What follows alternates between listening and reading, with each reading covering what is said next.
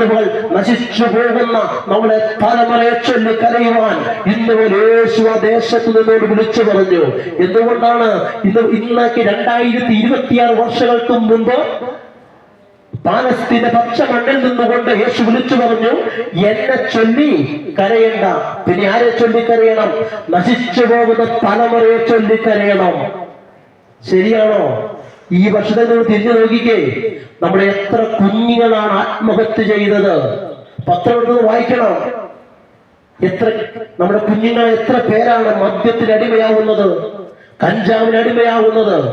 ഇന്ന് പകൽ ദേശമേ, നമ്മുടെ കുഞ്ഞുങ്ങൾക്ക് വേണ്ടി, തലമുറയ്ക്ക് വേണ്ടി കരയുവാൻ ഇന്ന് പകൽ ഈ ദൈവത്തിന് വളരെ ശക്തമായി ഞങ്ങൾ ദേശത്തോട് വിളിച്ചു പറയുകയാണ്.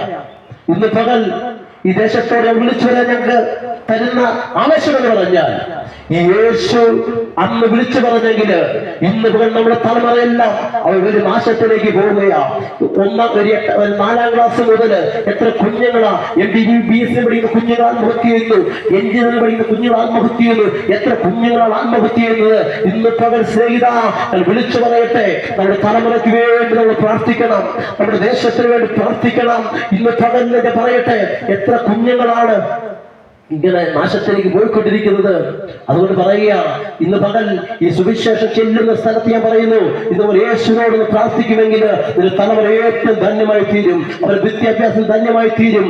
അവർ ഏറ്റവും ശ്രേഷ്ഠമല്ല നല്ല ജോലി മേടിച്ച് അവർ നല്ല സമാധാനത്തോടെ ജീവിക്കുവാൻ വേണ്ടി നമ്മുടെ തലമുറയ്ക്ക് വേണ്ടി പ്രാർത്ഥിക്കാൻ ഇതുപോലെ ദേശത്തോട് ഞാൻ വിളിച്ചു പറയുകയാണ്.